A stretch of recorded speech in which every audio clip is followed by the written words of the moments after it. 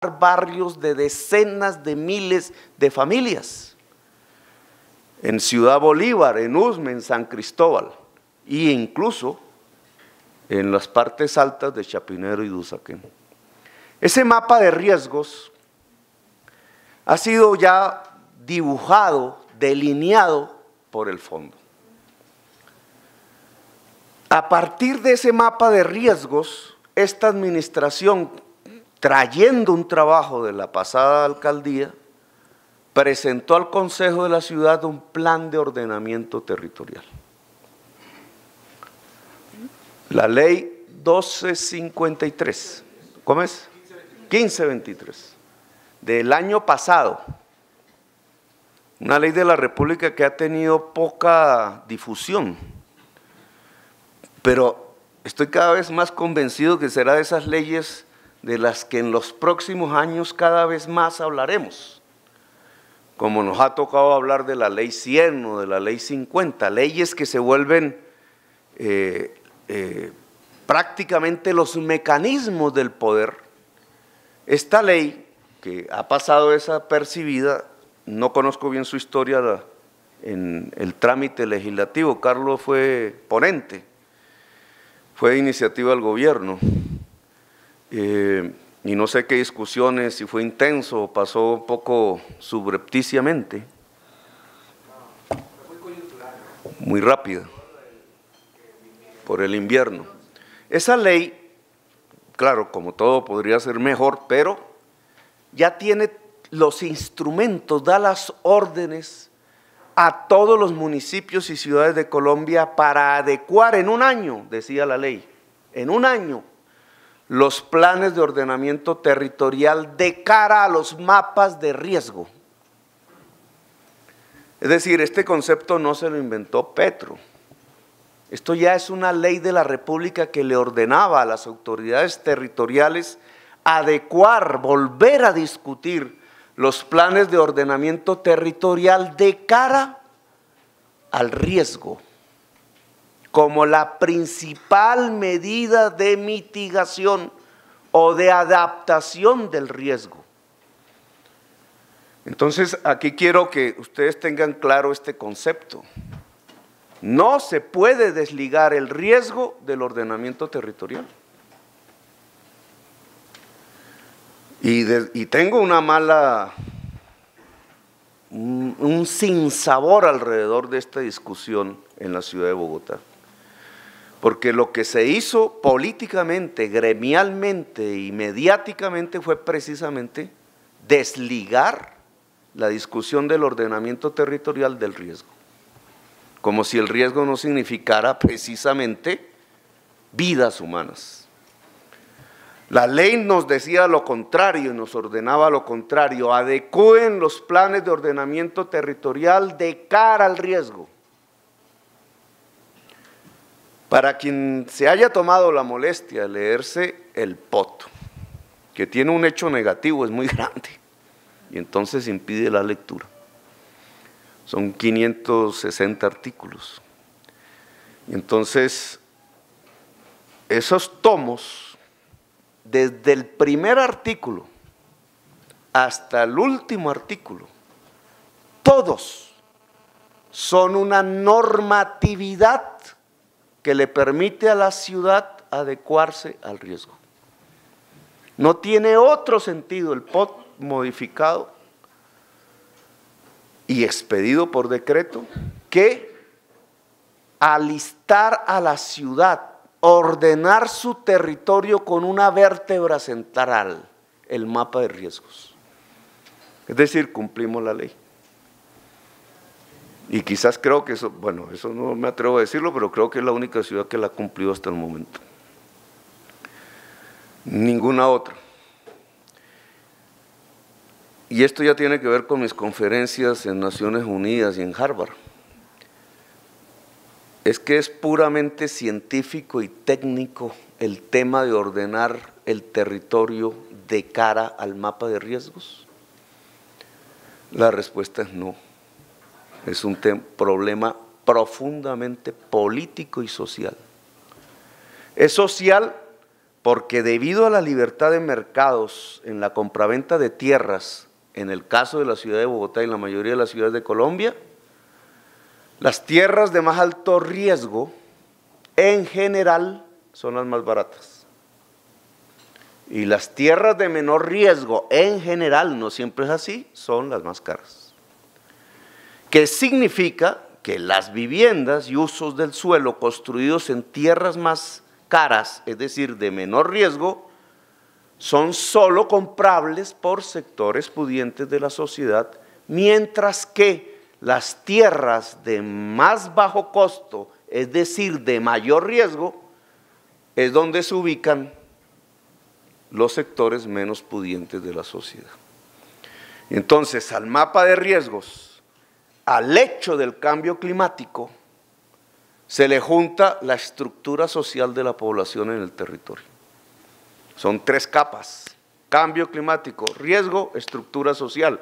Y además hay otra capa que es la estructura ecológica principal de la ciudad. Y podría haber otra capa que es la estructura económica de la ciudad. Si uno sobrepone capa tras capa y trata de darle una coherencia en la perspectiva de salvar vidas humanas en el tiempo, pues tiene un plan de ordenamiento territorial, que fue lo que le entregamos al Consejo de la Ciudad. La estructura social entonces hace más vulnerables a los que menos tienen. Las zonas de más alto riesgo de la ciudad están por remoción en masa en las laderas del suroriente y del sur, por inundación en el occidente de la ciudad de Bogotá, al lado del río Bogotá y al lado de las quebradas, y por sequía en toda la ciudad. Por eso la sequía es el factor de riesgo más grave, porque afecta a toda la ciudad. El ordenamiento territorial debe, por tanto, hacer mínimamente, como una primera medida, que la población no viva en las zonas de alto riesgo. Pero eso significa que una población que está viviendo en esas zonas porque la tierra es más barata, pueda vivir en zonas de menos riesgo donde la tierra es más cara. Y entonces los procesos económicos de la construcción y de la edificación varían. Por eso el Estado debe intervenir en la libertad del mercado pura y simple, para garantizar que la población más pobre viva en zonas de menor riesgo y se liberen las zonas de alto riesgo. Esto es lo que se llaman las cargas urbanísticas. Como ustedes habrán podido presenciar, leer, precisamente este es el motivo por el cual el Consejo de la Ciudad, en su comisión del plan, hundió en 3 horas todo el proyecto de plan de ordenamiento territorial, bajo la consigna de que el cambio climático no está aprobado y que no hay estudios de cambio climático. Bajo esas consignas y de que no era permisible un sistema de cargas que permitiese la vivienda de interés prioritario en lo que nosotros hemos llamado el centro ampliado, es decir, en áreas de menos riesgo, entonces en 3 horas,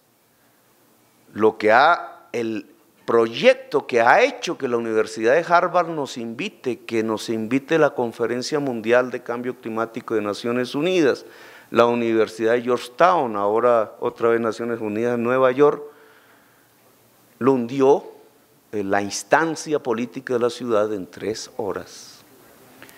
Y la prensa usó ese debate político para darle fuerza a quienes priorizaron el cálculo económico de corto plazo mal hecho sobre la obligatoriedad de la ciudad de Bogotá de ordenar su territorio alrededor del mapa de riesgos, riesgos que fundamentalmente son del cambio climático. Nosotros decidimos expedir el POT por decreto por la importancia de este tema, porque esto no da largas, porque esto no es una discusión puramente académica, es política, pero es esencial para la vida humana, porque este es el principal problema de la humanidad, porque la ley no lo permitía. Y obviamente sabíamos, dadas las circunstancias políticas de la alcaldía, que esa decisión era profundamente riesgosa, pero más que el riesgo personal político, es mayor el riesgo del cambio climático en la ciudad. El plan de ordenamiento territorial, si se aplica, permite que la ciudad sea resiliente, es decir, que pueda resistir momentos de picos de clima, por lo menos en el mediano plazo, previsibles. No si los consumos humanos no detienen el calentamiento global, porque cada vez será peor, hasta el punto en que no sea sostenible la vida humana en un territorio. Y este es un tema obviamente de política mundial y global del que se hablará mucho, pero no es el tema de nuestra instalación. Una forma de aplicar el POT es con un instituto fuerte que sea capaz de hacer los estudios cada vez más profundos, polígono por polígono de la ciudad, que sea capaz de lograr que las obras públicas, cuando se construye una calle, una acera, se haga con los materiales que permitan la resiliencia, como lo ordena el POT decretado. El POT tiene un mapa de encharcamiento. Muchos de ustedes manejando sus vehículos pasarán en momentos de lluvia por calles que se inundan rápidamente. 5 minutos de lluvia está inundada la calle. ¿Por qué? Porque la construcción del sistema de alcantarillado, del sistema pluvial y los materiales con que fue asfaltada la calle y las aceras no son resilientes. Claro, la culpa la tendrá el alcalde actual. ¿Por qué se encharca la ciudad? ¿Por qué se inunda? Porque llevamos décadas de no tener en cuenta esto. Y hasta ahora el POT ordena comenzar una construcción con materiales apropiados. ¿Qué materiales apropiados son? Los que permiten pasar el agua. Cuando se hace un espacio público y se cementa o se enladrilla, ¿se está construyendo una ciudad resiliente? No. La moda bogotana, que viene de un rival mío político, de cementar los espacios públicos, es una moda que va contra, muy gringa, va contra la adaptación de la ciudad al cambio climático. Porque es mejor que el agua pase y no que el agua fluya rápidamente hasta llegar al río Bogotá. La tesis de tener canales de aguas lluvias, que es propia del siglo XIX, no permite tener una ciudad resiliente. Era mejor tener drenajes naturales. Era mejor tener espacios blandos, espacios verdes blandos, no duros. Era mejor tener sistemas de asfalto porosos. Era mejor tener un sistema de aceras porosas, etcétera. Era mejor tener una serie de edificaciones que utilizaran el agua lluvia para las épocas de sequía, para cuidar nuestro agua. Era mejor tener unos sistemas de arborización no homogéneos como llegó a tener la ciudad, una sola especie que mató completamente la biodiversidad natural en la ciudad, sino al contrario un sistema de arborización que reconstruyera los bosques nativos, porque estos son más adecuados en la producción del oxígeno y en la adaptación de la ciudad al cambio climático. Era mejor no construir al borde del río Bogotá, era mejor no expandir la ciudad cada vez más allá, pensando en las autorrutas al estilo del estado de la Florida, como si nosotros tuviéramos el oxígeno y las tierras y el agua del estado de la Florida. Era mejor la ciudad compacta, era mejor la ciudad diversa, era mejor la ciudad con usos diferentes del suelo en el territorio, de tal manera que alguien pudiera bajarse de un edificio y comprar el pan en la tienda de la esquina y no coger el carro para ir a comprar el pan en el supermercado. Todos estos conceptos son los que van haciendo de una ciudad resiliente. El nuevo instituto, que ojalá el Consejo cree, que es la transformación del FOPAE, de la emergencia hacia la gestión del riesgo, tiene que ver con todos estos elementos. Tiene que ver con no dejar construir en alto riesgo. Sandra, ni siquiera en el borde de los cerros orientales, que es la zona más vulnerable desde el punto de vista sísmico, ni siquiera, ni en el borde de los humedales, ni en el borde del río Bogotá. El FOPAE tiene que garantizar la reubicación de 15.000 familias. ¿Cuántas llevamos? 15.000. Medellín, si quisiera ser una ciudad segura respecto al riesgo ambiental, debería trasladar 30.000. Esa es la dimensión del edificio Space. Como el edificio Space se cae, pues se vuelve el problema del edificio, ¿no? Hay 30.000 familias en Medellín en alto riesgo. Y en Bogotá son 15.000 menos. Pero igual, reubicar 15.000 familias es un esfuerzo financiero, casi que antropológico, dificilísimo, y tenemos que hacerlo antes de la próxima oleada invernal. Esta que estamos viviendo no es una oleada invernal. Esta que estamos viviendo es una sequía. Que llueva 3 días o 4 no significa que no sea una sequía. Todos los embalses están en alerta amarilla, excepto los de la Sabana de Bogotá. Para que sepamos qué estamos viviendo una sequía que ahora en enero, febrero y marzo se va a profundizar. El Instituto de Gestión de Riesgos, por tanto, no solamente debe impedir que se ubique población en zonas de alto riesgo, sino que tiene que reubicarlas, tiene que lograr que el IDU, la malla vial, los empresarios privados en la construcción tengan materiales resilientes, tiene que lograr que la edificación no solamente soporte el riesgo sísmico, sino que esté adecuada para la utilización de tecnologías ecourbanísticas que nos permitan una ciudad resiliente. No solamente el instituto que estamos proponiendo de gestión de riesgos y cambios climáticos, sino que toda la forma del transporte tiene que cambiar en la ciudad. Más peatones sí, pero no obligados, como hoy ocurre, lo que significa que los peatones no obligados puedan subirse a un bus, lo que significa subsidio al transporte público colectivo. Una ciudad resiliente es una ciudad que prioriza el peatón, la bicicleta y el transporte público. Ah, que usted es enemigo del carro particular, no, pero nos mata. Y entonces no se trata de que la gente no compre carros porque se volvió el símbolo del poder y del progreso. No, se trata de que no los use tanto, de que no los consuma tanto. El cambio climático implica una autorregulación del consumo. Y entonces toda la adecuación del transporte, lo que hemos llamado el 2, desarrollo orientado al transporte sostenible, tiene como esencia priorizar el peatón, priorizar la bicicleta y priorizar el transporte público.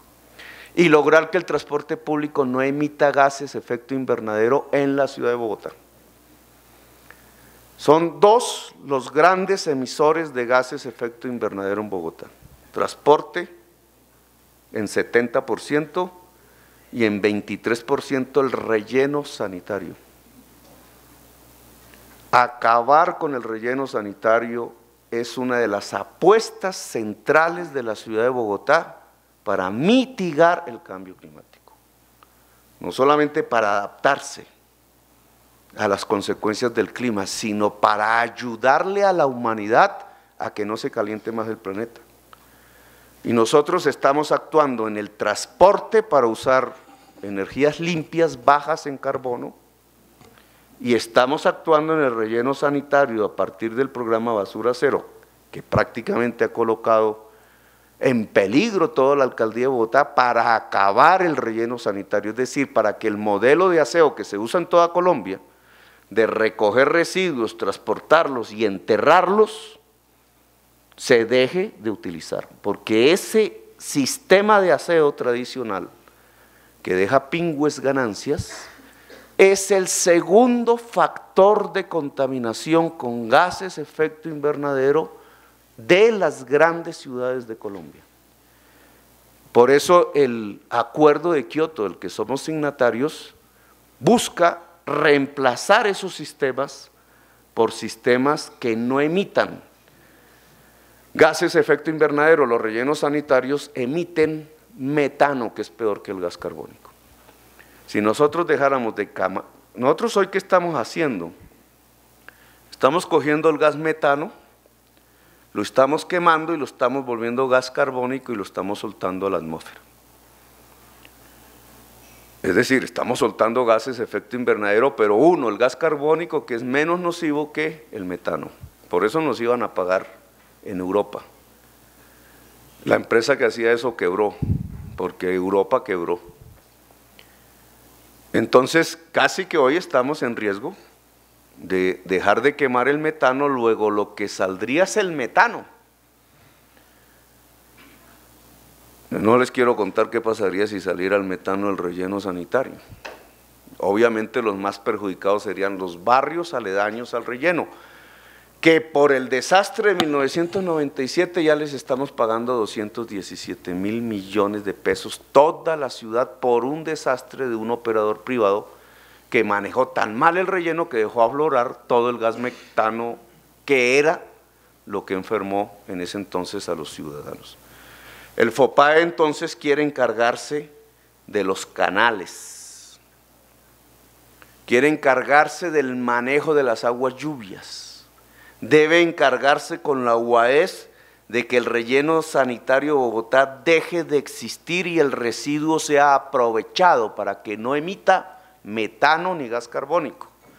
Debe ayudarnos con Transmilenio a transformar la tecnología del transporte y debe ayudarnos con planeación distrital a lograr que los constructores utilicen materiales resilientes y no construyan en zonas de alto riesgo nunca más en la ciudad de Bogotá. Y debe ayudarnos con la Caja de Vivienda Popular a reubicar 15.000 familias que hoy están viviendo en zonas de alto riesgo. Estas son ni más ni menos los contextos y los retos que este nuevo instituto, que llamamos Instituto de la Gestión del Riesgo y Cambio Climático, pero que es un desarrollo del acumulado de FOPAE, debe tener. Gracias por haberme escuchado, muy amable.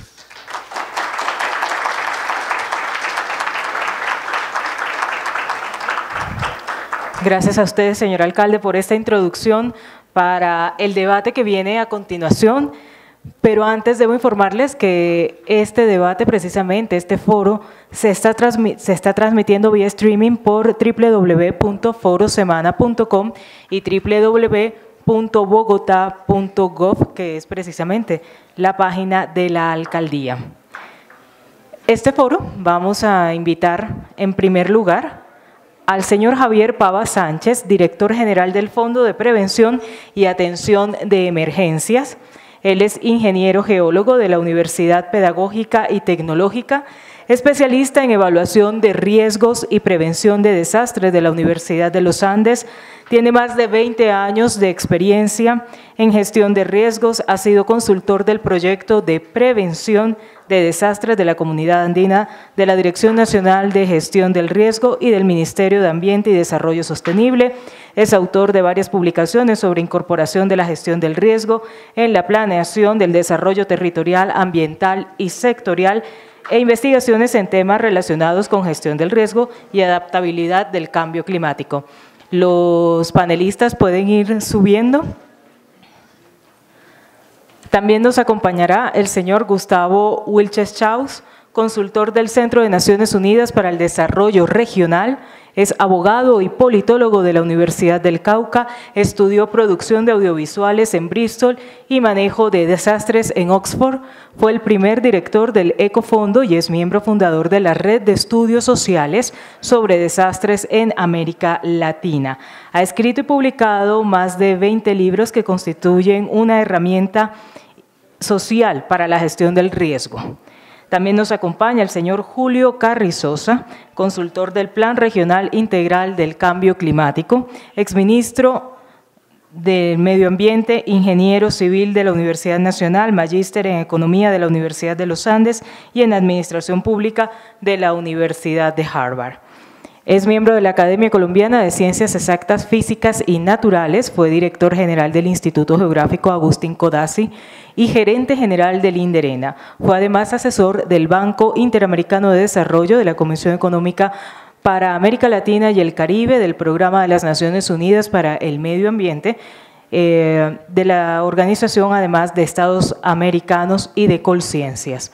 La señora Carmenza Saldías Barreneche, profesora del Centro Interdisciplinario de Estudios sobre Desarrollo de la Universidad de los Andes, es economista de la Universidad Jorge Tadeo Lozano y magíster en Planificación y Administración del Desarrollo Regional de la Universidad de los Andes. Fue alcaldesa encargada, secretaria de Hacienda, secretaria de Planeación y consejera para temas de región y competitividad de la Alcaldía de Bogotá. Además, secretaria de Planeación de la ciudad de Manizales. Ha sido investigadora y docente universitaria, fundadora y directora del Centro Regional de Estudios Cafeteros y Empresariales. Actualmente es asesora para la modernización fiscal y de la planeación de la Gobernación de Cundinamarca y está vinculada como experta al Centro Iberoamericano de Desarrollo Estratégico Urbano de Barcelona. Está también el señor Julio César del Valle Rueda, consultor internacional en servicios públicos e infraestructura, ingeniero civil de la Universidad de los Andes, especialista en finanzas del convenio Universidad de AFIT, Universidad de La Sabana, magíster en Economía del Medio Ambiente y Recursos Naturales del convenio Universidad de los Andes, Universidad de Maryland. Nos acompaña también el señor Carlos Alberto Baena, senador de la República, abogado especialista en gerencia de impuestos de la Universidad Externado de Colombia, magíster en gestión pública, magíster además en gestión urbana de la Universidad de los Andes, tiene estudios en alto gobierno de esta última, es cofundador y presidente del movimiento político Mira. Y nos acompaña también el concejal Jorge Lozada Valderrama, licenciado en Ciencias de la Educación y Física, con especialización en Ciencia Política y Economía y Política. Ha sido concejal de San Vicente del Caguán, me confirman que en un rato más estará con nosotros, así que se integrará al panel.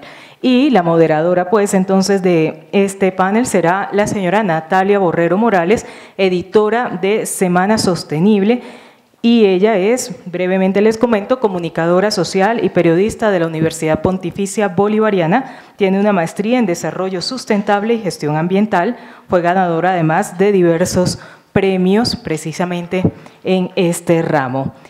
Estos son los panelistas que nos acompañan hoy. A todos les recomiendo que si tienen preguntas, comentarios, va a estar la gente de logística por el auditorio con algunos formatos para que puedan ser llenados y poder transmitirles sus inquietudes a nuestros panelistas. Y les recuerdo además que pueden seguir la cuenta de Twitter, @forosemana, también la de @PNUDColombia, @FOPAE y usar el hashtag gestión de riesgo. Natalia.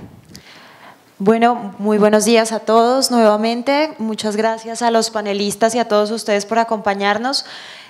Vamos a dar inicio a nuestro conversatorio. En principio, el ingeniero Pava va a hacer una presentación para contextualizarnos sobre lo que está pasando, sobre esta propuesta del gobierno distrital.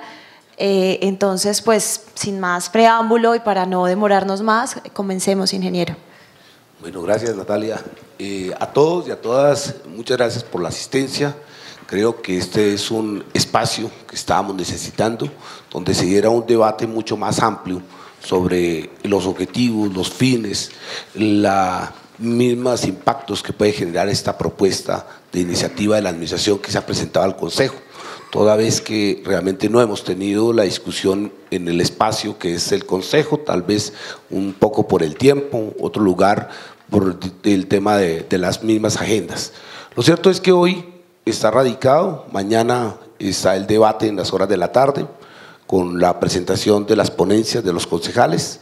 Esperamos que este debate, a diferencia de lo que mencionaba el alcalde, lo que sucedió con el MEPOT, realmente se entre a la discusión, se propongan iniciativas que permitan garantizar a la ciudad, que es lo que esperamos en últimas con esta propuesta, llevar una ciudad sostenible, llevar una ciudad que sea resiliente, llevar una ciudad que realmente logre este tipo de transformaciones. Yo voy a hacer una muy breve presentación de algunos elementos adicionales a los que